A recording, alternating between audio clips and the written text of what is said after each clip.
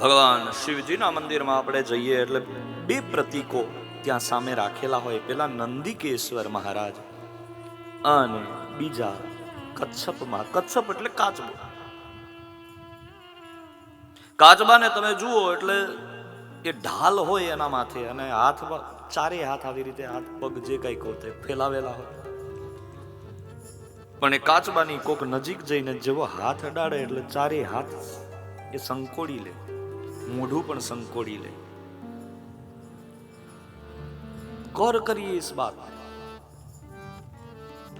હે જીવ, સાવધાન થઈ જા. જેમ કાચબો પોતાના અંગોને સંકોડી લે છે, એમ આ સંસારમાં રહેતા જ્યારે માયા તને અડવા આવે ત્યારે તું તારી ઇન્દ્રિયોને સંકોચી લે. તું ઇન્દ્રિયોની આટીઓમાં ન ફસા. આવું લખ્યું છે શ્રીમદ ભગવદ્ ગીતામાં. તો ઉદાહરણ આપ્યું કાચબાનું ભગવાને. કુર્મોંગાનીવ સર્વશ. જેવી રીતે કાચબો પોતાના અંગોને લઈ લે છે, પોતાની અંદર સમાવી લે છે, એમ જીવાત્મા તું પણ તારા મનના ઘોડાઓને બાંધી રાખ. મન એવ મનુષ્ય કારણ બંધમોક્ષય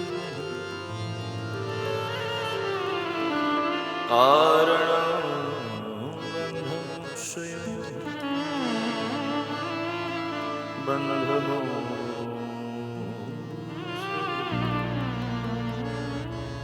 ये मन जो है ना वही सारा खेल खिलाता है. વાંદરા જેવું છે. સંતો એવું કહે છે જગતને જીતવાની જરૂર નથી, મનને જીતવાની જરૂર છે. जो लोग जग को जीतने गए वे सब हारे, जिन्होंने अपने मन को जीत लिया वो सच्चा बादशाह है.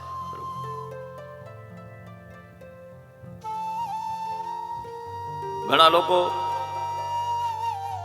ખૂબ મહેનત કરે, કરોડો અબજો રૂપિયા કમાય. જો આ તમને મનનું દાખલો દઉં, મન કેવું છે અને મનનું સીધું કનેક્શન ચંદ્રમા સાથે છે. અને ચંદ્રમા, આ વાત હું જે કંઈ કરું છું શિવ રિલેટેડ છે. છેડો ગોતજો.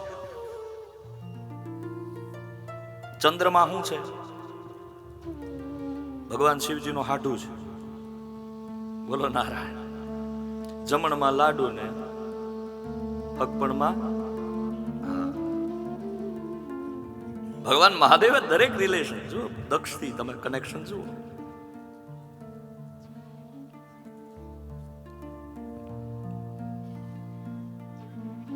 આ ચંદ્ર કોણ?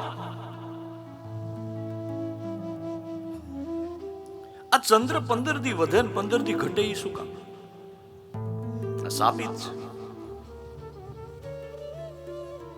સાપ લાગ્યો ચંદ્રમાને, સાપિત બન્યો. બધાને પૂછ્યું કે મારી મુક્તિ માટે શું કરવું? કોઈ જવાબ ના આપે. મેં કીધું ને, જેનો કોઈ ન હોય એનો મહાદેવ હોય. પ્રભુ અદ્ભુત સ્વરૂપ ભગવાન મહાદેવ. ક્ષીણ થયો છે ચંદ્રમા ખરાબને હિસાબે. યાદ રાખજો, બધું કરવું. વડીલો ના થાય તો આશીર્વાદ લેજો, પણ વડીલોની કોઈ દી હાઈ ન લેતા.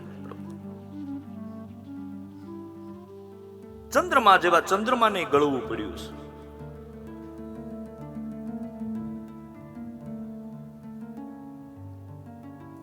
દીકરીએ જઈને કીધું આ શું કર્યું? કહે એક કામ કરો, પ્રભાસ ક્ષેત્રમાં જાઓ અને પ્રભાસ ક્ષેત્રમાં જઈને મહાદેવની જો પૂજા કરો તો તમે આ શાપમાંથી મુક્ત થાઓ.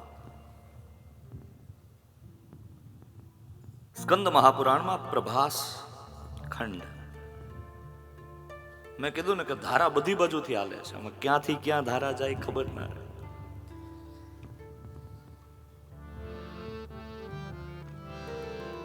પ્રભાસ ક્ષેત્રે પરમં પવિત્ર. પ્રભાસ નામનું ક્ષેત્ર છે અને એમાં પરમ પવિત્ર દરિયાને કિનારે શશીના પ્રતિષ્ઠિત ચંદ્રમાએ જેમની સ્થાપના કરી એવું એક અદ્ભુત લિંગ, જેને જ્યોતિર્લિંગ કહેવાય છે. ભગવાન મહાદેવની પૂજા કરવા માટે સોમનાથ મહાદેવ ભગવાન મહાદેવની પૂજા કરે છે ચંદ્રમા, અને ચંદ્રમાની પૂજાથી પ્રસન્ન થયેલા ભગવાન મહાદેવ એને એમાંથી મુક્ત કરાવે છે કે ચલ મેં તને મુક્ત કર્યો. પણ 15 દિવસ કલાઓ વધે છે, 15 દિવસ ઘટે છે. મેં કીધું ને કે આશ્રયનો બહુ મહિમા છે. તમે કોની પાસે છો ને એ બહુ મહત્વનું છે. ડાયા સારા સજ્જન માણસની પાસે રહ્યો ને તો એનો લાભ છે. એમાં જો કોઈક એવું હોય જે સજ્જન ના હોય તો એ તમને ક્યારેક નુકસાન પણ આપે. સંગ સારાનો કરો. ચંદ્રમાએ સંગ મહાદેવનો કર્યો છે. ચંદ્રમા છે વાંકો, સીધો નથી. પણ વાંકા ચંદ્રમાને પણ દુનિયા એટલા માટે પગે લાગે છે કારણ કે મારા શિવજીના માથા ઉપર બેઠો છે. વાંકો છે, લખણ હારા છે જ નહીં ચંદ્રમાને. હા, બરાબર શબ્દો બોલ્યો છે, અપલખણો છે, પણ શિવજીના માથા ઉપર છે એટલા માટે એની પૂજા થઈ. પ્રભાસ ક્ષેત્રમાં ભગવાન મહાદેવ ચંદ્રમાની ઉપર કૃપા કરે છે. અને ભગવાન ચંદ્રમા મહાદેવની પૂજા કરે અને મહાદેવને સોમનાથના રૂપમાં પૂજે.